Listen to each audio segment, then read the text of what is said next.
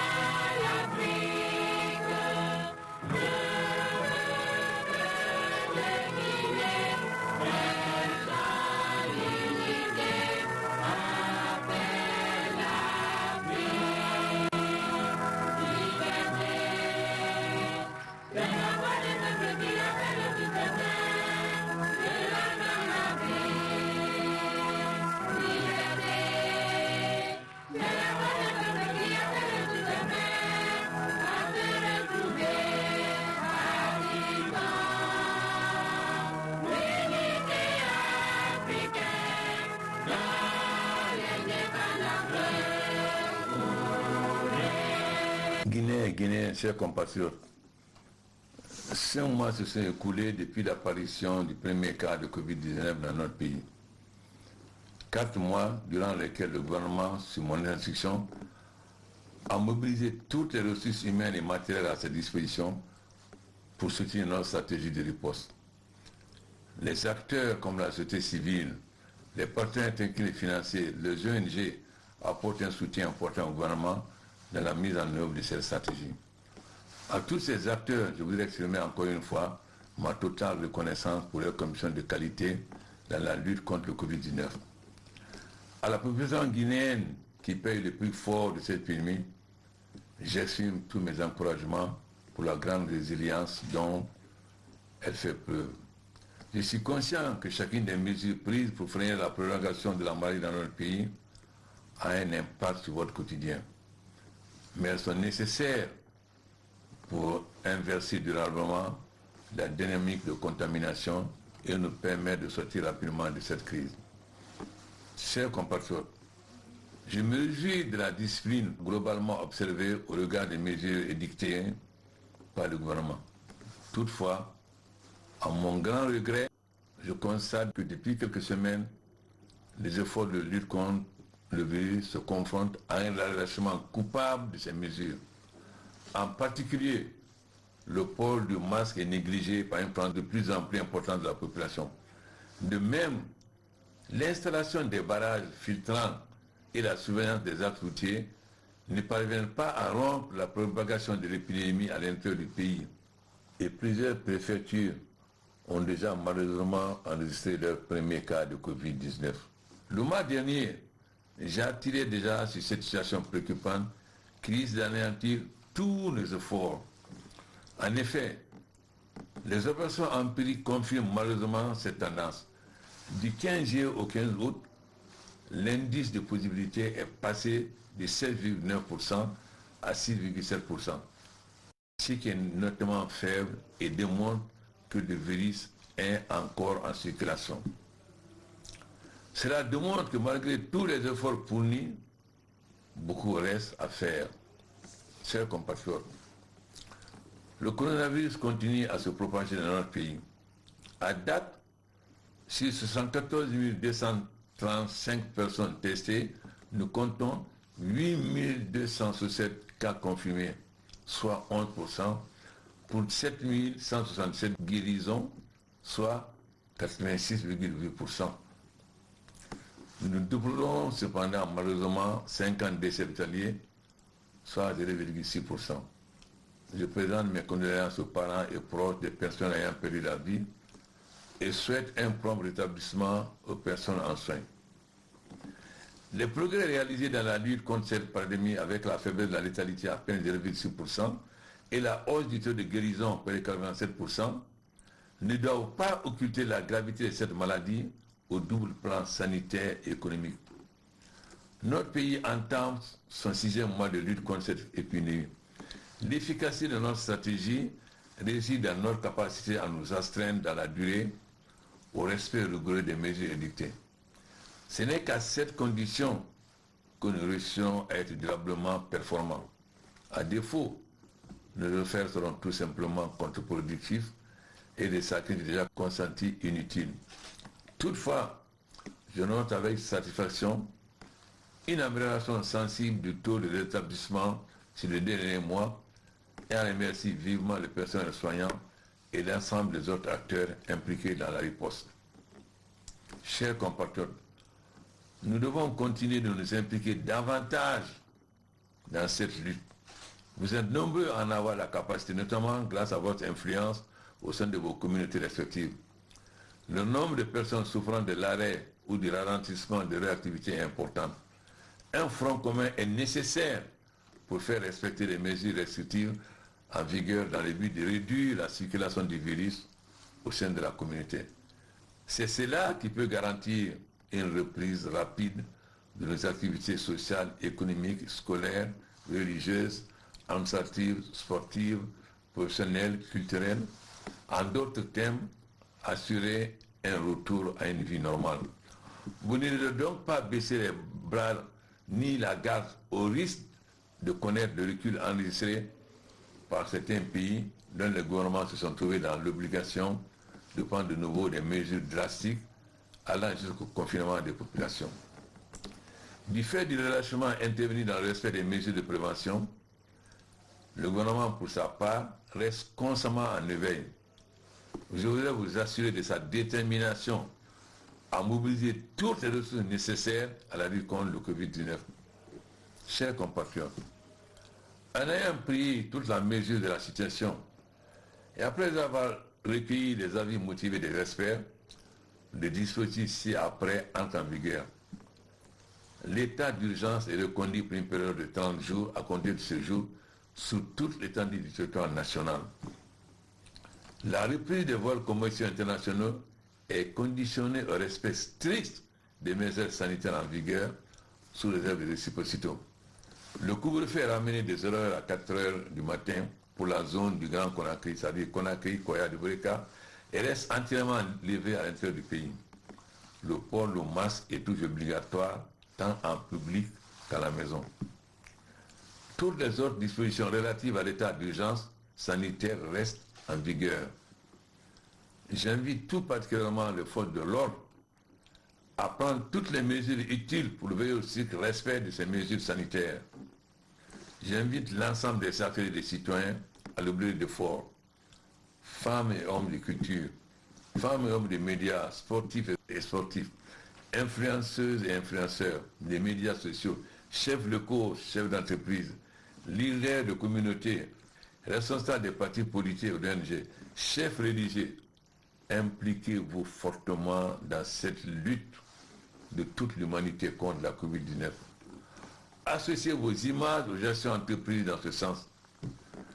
Enfin, je demande à l'ANS de faire des tests pour tous les cas de décès, que ce soit dans les hôpitaux ou à domicile dans le Grand Conakry. Je compte sur vous tous. Que Dieu bénisse la Guinée. Je vous remercie.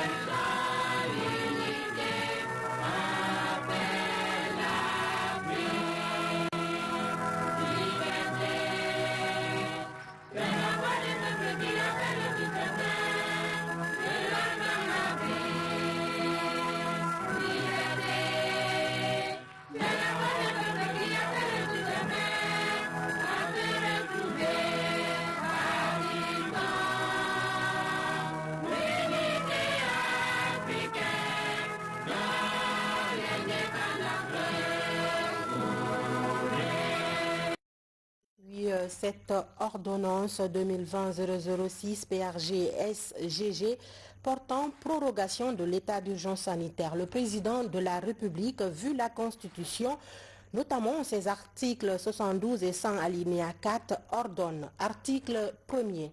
En application de l'article 100 alinéa 4 de la Constitution et de la loi d'habilitation L 2020-008 AN du 3 juillet 2020 portant habilitation du président de la République à prendre par ordonnance des mesures relevant du domaine de la loi, l'état d'urgence sanitaire est prorogé pour une nouvelle période d'un mois à compter du 16 août 2020 sur toute l'étendue du territoire national. Article 2. La présente ordonnance qui entre en vigueur à compter de sa date de promulgation sera enregistrée et publiée au journal officiel Conakry le 13 août 2020, signé professeur Alpha Condé.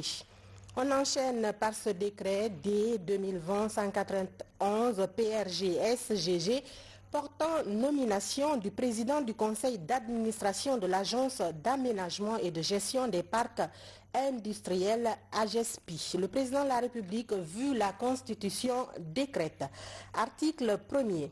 Est nommé président du conseil d'administration de l'agence d'aménagement et de gestion des parcs industriels de Guinée AGESPI, M. Mohamed Lamine Doumbouya, ministre conseiller à la présidence de la République. Article 2. Le présent décret qui prend effet à compter de sa date de signature sera enregistré et publié au journal officiel de la République Conakry le 14 août 2020, signé professeur Alpha Condé. Ce message départ à l'occasion de la célébration de la fête nationale de son pays, le chef de l'État, professeur Alpha Condé, a adressé à son Excellence Denis Sassou Nguesso, président de la République du Congo, au gouvernement et au peuple congolais, ses vives et chaleureuses félicitations ainsi que celles de son gouvernement et du peuple de Guinée. En ce moment de joie et de fierté nationale, le chef de l'État, professeur Alpha Condé, a salué l'excellence des relations d'amitié, de solidarité et de coopération qu'entretiennent la Guinée et le Congo. Ce communiqué conjoint des ministres en charge de la fonction publique et du travail, conformément aux dispositions du décret numéro D 95-250 PRG-SGG du 1er août 1995, instituant les fêtes légales à la République de Guinée, les ministres en charge de la fonction publique et du travail portent à la connaissance des travailleuses, travailleurs et agents des secteurs publics, mixtes et privés que la journée du samedi 15 août 2020, Assomption est déclarée fériée, chômée et payée sur toute l'étendue du territoire national. Les ministres en charge de la fonction publique et du travail profitent de cette heureuse occasion pour souhaiter bonne fête à l'ensemble des travailleurs et travailleuses de Guinée. Signé Dr Mamadou Ballo. Je vous le disais dans les titres, lancement à Ratoma ce vendredi de la deuxième phase du programme de l'Agence nationale d'inclusion économique et sociale. Des vivres ont été distribués aux familles vulnérables, suivis de transferts monétaires aux familles identifiées par la Direction nationale des statistiques. C'est le Premier ministre, chef du gouvernement, qui a présidé ces activités. Adi Kamara. Le collège de Ratoma Centre, les élèves déjà en vacances. L'école sert de cadre au lancement du programme d'inclusion financière du gouvernement dans la commune de Ratoma. C'est le Premier ministre chef de gouvernement, Dr Ibrahima Kassori Fofana, qui procède à la remise des premiers vivres aux ménages les plus vulnérables. L'Agence nationale d'inclusion économique et sociale et l'Institut national de la statistique ont identifié les populations touchées ici par l'extrême pauvreté. Maria Masreli est mère de 3 enfants. Ce soutien du chef de l'État est un grand soulagement pour elle.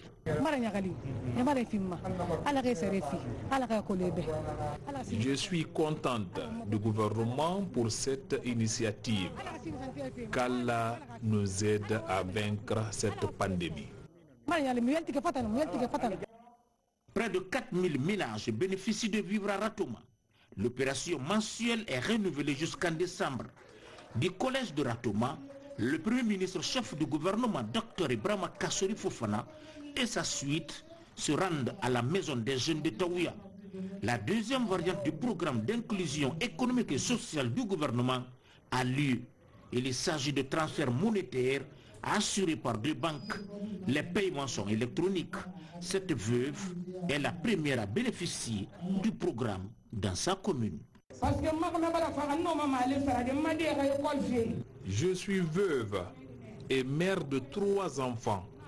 Au nom de toutes les femmes de Taouya, je vous remercie infiniment pour ce geste.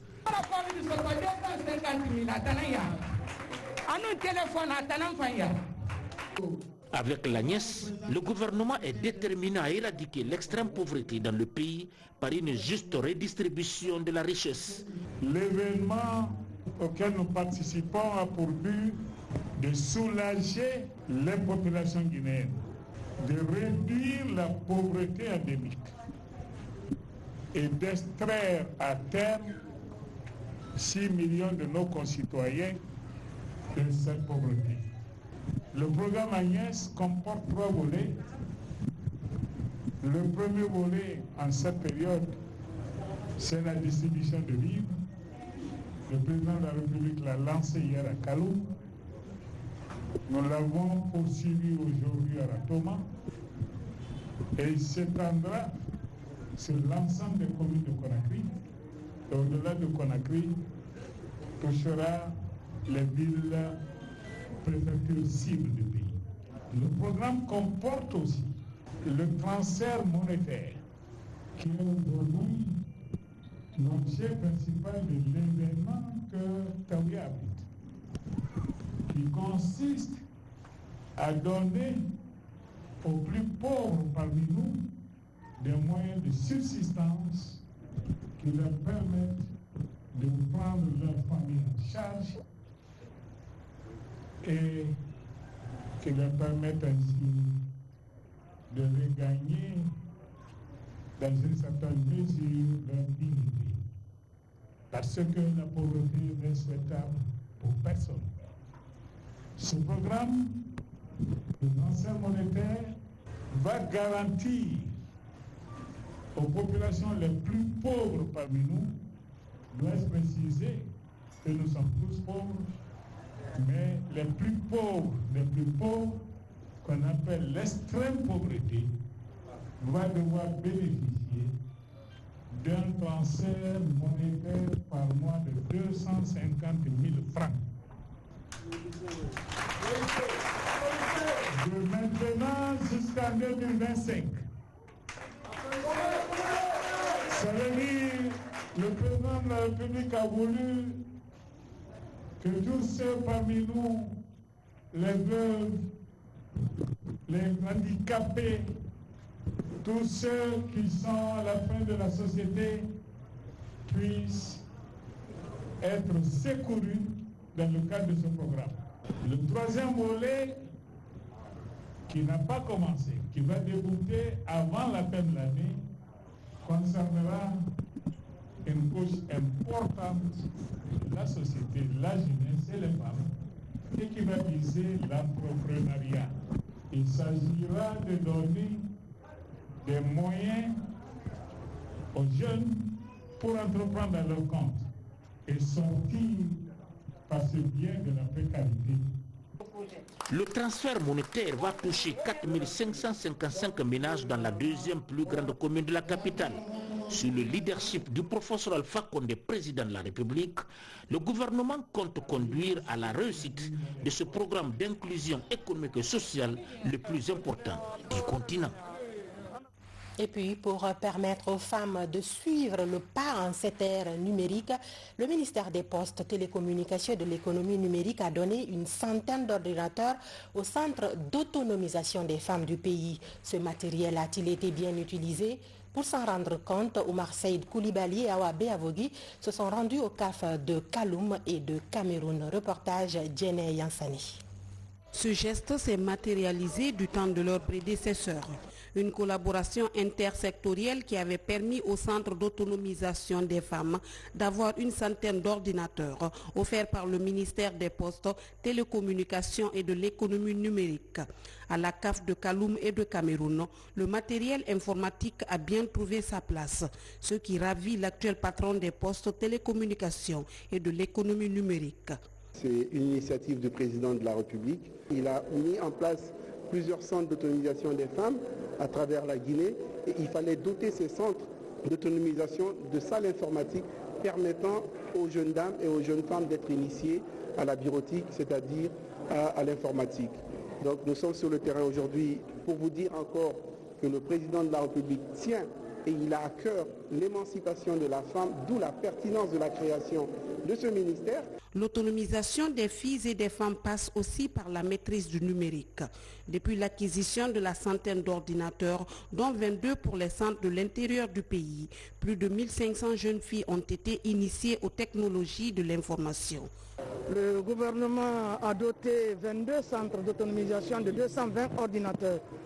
Donc ce don est vraiment bénéfique pour les apprenantes des centres d'autonomisation, non seulement, mais aussi des groupements féminins et des jeunes filles qui sont dans le secteur informel, qui viennent pour y apprendre vraiment s'initier sous les outils informatiques. Il y a 230 jeunes filles qui ont bénéficié de cette formation et qui sont sorties, qui sont installées à leur propre compte. Et de temps en temps, le ministère assure le suivi au niveau de ces trucs. Donc ils ont des cyber qui sont en train vraiment de gérer. C'est un acquis que souhaite pérenniser la ministre des Droits et de l'autonomisation des femmes. Raobe Avogui sollicite d'autres appuis pour que tous les centres d'autonomisation du pays soient dotés d'outils informatiques. On ne saurait parler de développement aujourd'hui, on ne saurait parler de mobilisation effective et efficiente des ressources sans mettre au cœur l'usage du numérique, des outils informatiques, d'où la favorisation de l'accès des filles, de ces jeunes apprenantes à cet outil, aux bureautiques, pourquoi pas d'autres choses, parce que dans d'autres cieux, les femmes sont maintenant à l'initiation au start-up. Il faudrait réfléchir plus tard comment, avec l'appui du ministère des Postes et Télécommunications, il y a des projets. Nous allons essayer de réfléchir ensemble et de les soumettre pour pouvoir envisager la faisabilité de ces projets à l'attention et en faveur des jeunes femmes et jeunes filles de Guinée. Le président de la République, professeur Alpha Condé, a dédié son mandat aux femmes et aux jeunes. Cette collaboration intersectorielle s'inscrit dans ce sens pour permettre aux femmes, en plus de leurs activités génératrices de revenus, d'être bien formées afin de contribuer pleinement au développement de la Guinée. Volet éducation avec l'inauguration très prochaine d'un centre de formation à Nongo. Plusieurs filières techniques y sont prévues, notamment l'hôtellerie ou encore la restauration. Une délégation du département de tutelle était récemment sur le site pour évaluer le niveau de préparation de l'ouvrage. Moussa Komara. Tout près du grand stade de Nongo, le complexe BTP, hôtellerie et restauration. Construit par Sa Majesté le roi Mohamed VI du Maroc, à travers sa fondation, cette infrastructure peine à ouvrir ses portes à ses premiers étudiants, alors que le chantier est fini il y a un peu plus de 3 ans. Préoccupée, la ministre de l'Enseignement technique et de la formation professionnelle est sur place, en compagnie de l'ambassadeur du royaume chérifiant, pour comprendre toutes les difficultés et tenter d'ouvrir cette école professionnelle dès l'année prochaine. La construction a été faite en 2 temps. Nous avons le complexe qui a été construit en premier et sous la demande du gouvernement guinéen, il a été demandé au Maroc de nous construire un centre d'hébergement, c'est-à-dire d'internat. Donc je pense que c'est ce qui a un peu retardé la remise officielle de ce centre. Et aujourd'hui, nous comptons beaucoup sur Monsieur l'ambassadeur, nous comptons beaucoup sur le Maroc pour que cette année, on lancera cet appel pour que ce centre soit mis à la disposition du ministère, pour que le recrutement prochain, qu'on essaie de recruter des étudiants. Le bâtiment, il est presque fini. Les deux bâtiments, le premier bâtiment, celui du centre, il est fini depuis presque 2 ans. Donc il y a juste de temps en temps de faire des réflexions vu les intempéries comme vous avez vu. Et puis il y a l'autre bâtiment qui est l'internat qui va profiter à 250 personnes avec 250 lits et qui sera fini dans 1 ou 2 mois au maximum. Sur ce site, 2 bâtiments sont achevés et équipés il y a quelques années. Le dernier bâtiment en phase de finition sera dédié au dortoir pour les filles et les garçons. À date, il est exécuté à 99% selon les ouvriers. Des ouvriers qui comptent rendre les clés à la fin du mois de septembre. D'ici là, il y a nécessité de résoudre ce problème. Il y a un gros problème qui se pose ici, c'est le problème d'évacuation des eaux internes qui sont là. Et nous en avions parlé à Madame la ministre et à Monsieur l'ambassadeur. Et ils vont prendre contact avec le ministère des Travaux publics parce que la zone, il n'y a pas de caniveau extérieur. Et toutes les eaux que nous avions à l'interne se déversent sur la rue. Et puisque il y a beaucoup d'inondations à certains moments et Madame la ministre a promis de rencontrer son homologue des travaux publics et l'ambassadeur qui vont appuyer ça pour que cela soit fait. Ce centre moderne de formation est doté d'équipements de pointe de dernière génération. Des spécialistes en art culinaire, en menuiserie moderne, en carrelage, en plomberie sanitaire et en dessin y seront formés. L'objectif étant de résoudre l'équation formation-insertion des jeunes Guinéens, souvent confrontés aux problèmes de chômage et de précarité. À l'Abbé, le paiement des primes d'incitation des enseignants en situation de classe se poursuit. Des primes résultats des négociations entre l'État et les syndicats de l'éducation. Mamadou Alpha Baldé, Sarafdine Diallo, reportage. Comme dans toutes les régions du pays, à l'Abbé, les enseignants du primaire, du secondaire et du supérieur reçoivent progressivement leurs primes d'incitation. Avec la crise sanitaire en cours, ces enseignants qui retrouvent dans leur grande majorité le chemin des classes, c'est une source de motivation pour eux. Moi, personnellement, je suis jeune femme veuve, mère de 3 enfants. Ça m'aide à contribuer dans l'éducation de mes enfants. Je vais continuer à travailler comme d'habitude, fournir assez d'efforts pour que l'éducation guinéenne soit une éducation de qualité. Ce qui m'a réconforté de plus, c'est le fait que ces primes-là viennent contribuer franchement pour l'amélioration des conditions de notre vie. Le cas des directeurs en situation de classe est un problème récurrent dans le paiement des primes d'incitation. Un problème aujourd'hui pris en compte et en passe d'être surmonté. Les enseignants, d'abord, c'est de les rassurer. Les rassurer que, autant que faire se peut, c'est une mission c'est des opérations qui vont continuer. C'est-à-dire ce n'est pas une opération en fait de charme, non. C'est une opération qui a été décidée et qui s'exécute depuis. J'ai un sentiment de satisfaction. Les gens ne croyaient pas, surtout ceux qui n'avaient pas participé à cette négociation. Ils avaient estimé que c'était un truc de feu de paille. Mais nous leur avons fait comprendre, nous sommes des syndicats dignes de nom, des syndicalistes aguerris qui savent chercher ce qu'ils ont à chercher. Depuis quelques mois, les enseignants en situation de classe reçoivent régulièrement leurs primes. Elles contribuent aujourd'hui à améliorer les conditions de vie et de travail des enseignants, surtout dans l'arrière-pays. L'actualité, c'est aussi cette innovation au sein du Parlement guinéen. L'Assemblée nationale se dote d'un nouvel outil de communication. Allô Madame la députée, c'est son appellation, une plateforme devant servir de relais entre les députés et les populations sur toute l'étendue du territoire national. Makeme Donzo. Allô Madame la députée est une plateforme inédite au sein de l'Assemblée nationale. Créé par Honorable Bintou Touré, ce nouvel outil vise à amener les électeurs à s'imprégner du rôle et de la fonction des élus locaux dans notre pays. À travers ce palier d'échange, les parlementaires de la 9e législature veulent faire comprendre aux législateurs qui sont leurs représentants auprès des autorités administratives. Après les élections législatives, il n'y a pas ce contact, il n'y a pas cette proximité, il n'y a pas cette accessibilité des élus par les populations. Donc je me suis dit qu'au-delà de nos fonctions régaliennes, il fallait s'imposer un autre devoir qui est celui de la redevabilité, celui de l'accessibilité, celui de la proximité et celui de l'efficacité. Donc je me suis dit qu'il fallait que les populations comprennent que les élus sont là pour eux, que les élus sont là pour remonter à la représentation nationale leurs aspirations. Depuis la session inaugurale le 21 avril dernier, l'équipe de Amadou Damaro Camara ne cesse de poser des jalons. En première ligne, les femmes qui ne sont que 19 sur 114 députés.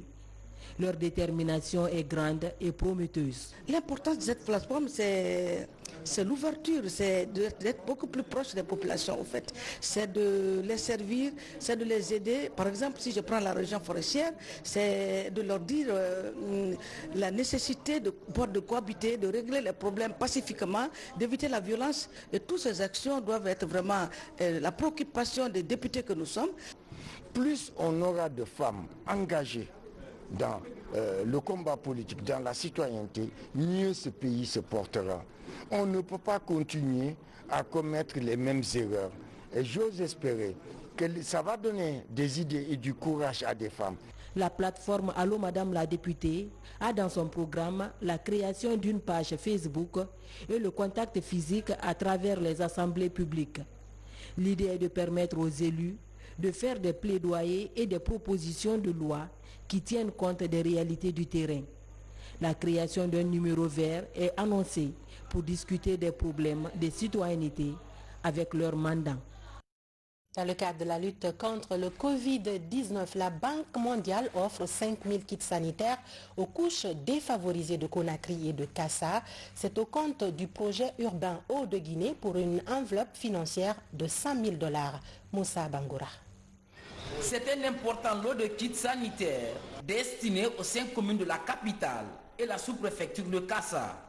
Le don est de la Banque mondiale à travers le projet urbain Eau de Guinée de la SEG pour un montant de $1000 américains.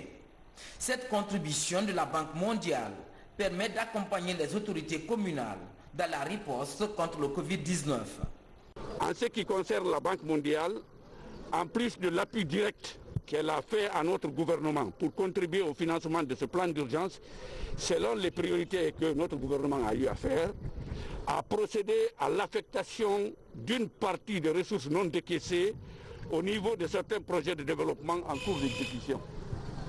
C'est dans ce cadre, pour ce qui est du projet urbain Eau de Guinée, un montant d'$1 million a été affecté pour la réalisation des actions ciblées mais à haute portée. La direction générale de la SEG invite tous les bénéficiaires à en faire bon usage pour permettre l'éradication rapide du Covid-19 en Guinée. Une satisfaction pour ces élus à la base. Avec ces kits, la lutte sera ainsi renforcée pour vaincre la pandémie. La Banque mondiale, à travers la SEG, est venue nous accompagner dans le cadre de la mise en œuvre du programme national d'éradication de la Covid-19 dans notre pays.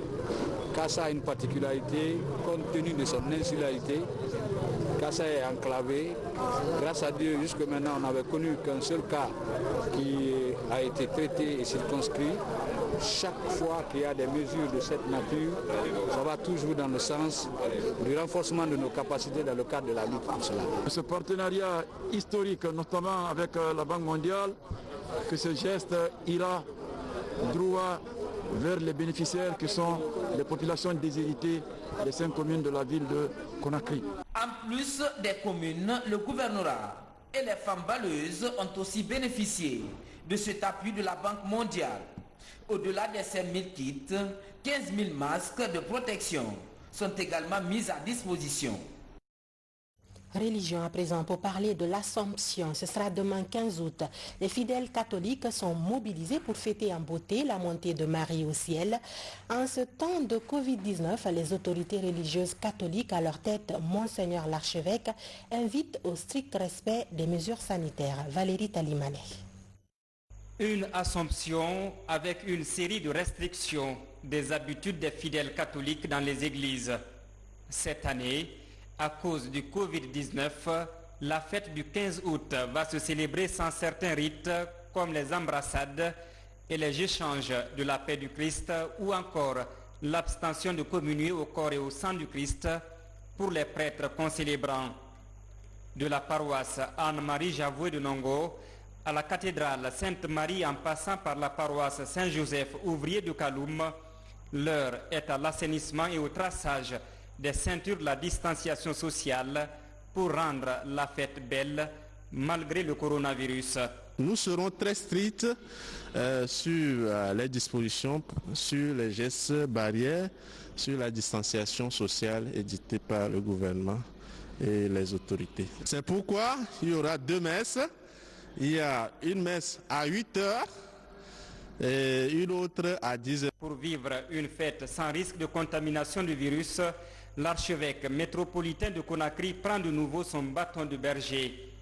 Après son message du 26 juin dernier adressé au curé des paroisses, portant recommandations pratiques et informations relatives à la reprise des célébrations publiques et la poursuite des activités pastorales, Monseigneur Vincent Koulibaly appelle de nouveau les fidèles à la stricte observation des gestes barrières édictés par les autorités sanitaires. Il s'agit de se laver soigneusement les mains avec de l'eau et du savon ou avec une solution hydroalcoolique avant d'entrer dans l'église. De porter obligatoirement un masque avant tout accès à l'église. D'observer la distanciation corporelle, à savoir garder au moins 1 mètre de distance par rapport aux voisins. De déposer des offrandes en nature devant l'autel dans un panier lors de la procession des offrandes. De faire la quête dans un panier à manches ayant au moins 1 mètre de longueur ou à défaut dans un panier placé devant l'autel. De prévoir plusieurs messes où la nécessité s'impose. En comptant sur une application responsable des présentes recommandations, je souhaite à tous et à toutes une bonne fête de notre Mère du Ciel, que nous appelons affectueusement Notre-Dame de Guinée. Après l'annonce par l'État de la réouverture exceptionnelle des églises pour l'Assomption, les curés des paroisses sont autorisés à organiser autant de messes possibles ce 15 août. Un soulagement pour l'ensemble des fidèles. On termine par cette triste note. L'honorable Mamadi Diawara a regagné sa dernière demeure dans sa ville natale de Sigiri, décédé le 6 août à Bamako des suites de maladie. Le leader du Parti du Travail et de la Solidarité a reçu des hommages dus à son rang. Le président de la République, professeur Alpha Condé, a été représenté par l'honorable Amadou Damaro Camara. Reportage Abdoulaye Diallo. Sous le son des fanfaristes, la dépouille mortelle de l'honorable Mamadi Diawara arrive sur l'esplanade de la maison des jeunes de Sikiri. Vive émotion, Sikiri perd son fils et la Guinée entière lui pleure. Devant son corps, des personnalités se succèdent pour rendre un dernier hommage à l'homme connu pour sa bravoure et son sens de solidarité. Toi qui savais cultiver l'amour et l'amitié, tu rendais tous ces moments rares. Comment t'oublier? Comment oublier un homme fidèle et généreux? Comment oublier un collègue apprécié? Comment oublier un père attentionné? Comment oublier un mari aimant que tu as toujours été? Impossible de t'oublier. Dans le domaine de l'entrepreneuriat, l'homme a contribué à la création d'emplois avec la mise en place, par exemple, de la radio Djigui FM. Sur le plan politique, l'honorable Mamadi Diawara est le fondateur du PTS, Parti pour le travail et la solidarité. Sa famille politique et biologique se souviennent encore de lui. Ta mission principale sur terre a été la charité, le monde et le Sénégal, cousinage à plaisanterie. Mamadi Diawara, le populaire, l'encaisseur, Sénékumba, où chacun se réfugiait comme il pouvait, le protecteur des faibles et des pauvres, mais le soutien des amis qu'ils aient été, toute valeur aujourd'hui qui constitue ta renommée ici à Sigiri, dans le Mandé et partout où tu es passé. Par ces honneurs, vous avez restitué à Mamadi Diawara le prix de sa servitude et de son amour pour la Guinée, les services qu'il a rendus à son Sigiri natal. Dans la vie d'un être humain, rien n'est plus honorable que la reconnaissance posthume des bienfaits de l'homme. En plus de la délégation malienne, le gouvernement guinéen est fortement représenté à ce symposium. Le ministre de la Communication dit avoir perdu son père spirituel. Mamadi Diawara, c'était mon petit papa, c'était mon complice. C'est avec lui que je montais tous les petits coups contre mon propre père, si vous voulez. Et c'était mon conseiller, c'était mon coach. Il était tout ça pour moi à la fois. Et vraiment, son absence va se faire sentir très profondément chez moi. L'honorable Mamadi Diawara est aussi témoin de l'histoire du Parlement guinéen pour avoir participé à 3 législatures différentes. Pour le président de l'Assemblée nationale, la Guinée perd un digne fils et un véritable fidèle au chef de l'État, le professeur Alpha Condé. Je viens une titre. Je viens en tant qu'ami, je ne peux pas ne pas être aux obsèques de Diawara. Je viens en tant que président de l'Assemblée. Il était député, je ne peux pas ne pas être là. Je viens aussi parce que son grand frère, le président de la République, m'a chargé avec des membres du gouvernement, des députés, ses frères de la notabilité, pour venir présenter ses condoléances à la population de Sigiri, à la population de la Haute-Guinée et à la population de la Guinée tout entière.